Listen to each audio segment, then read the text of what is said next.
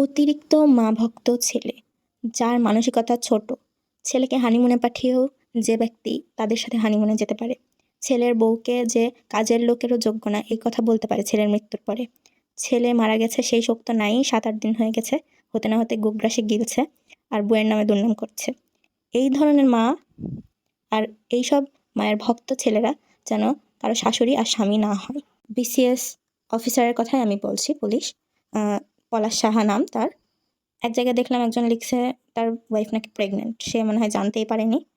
মানে মায়ের কথার দাপটে মা নাকি হচ্ছে তার ওয়াইফকে ডিভোর্স দেওয়াবে, এইসব শোক এসব কষ্ট না নিতে পেরেই ওয়াইফকে ভালোবাসার ফলে, মানে ভালোবেসে বেঁচে তো থাকতে পারতো। আসলে আমি এইসব মানুষকে কাপুরুষই বলবো, যে মায়ের কথায় নিজের বউকে মানে ছাড়তে পারবে না ভেবে হচ্ছে আত্মহত্যাই করে ফেললো। এটা কি কোনো হচ্ছে সমাধান ছিল?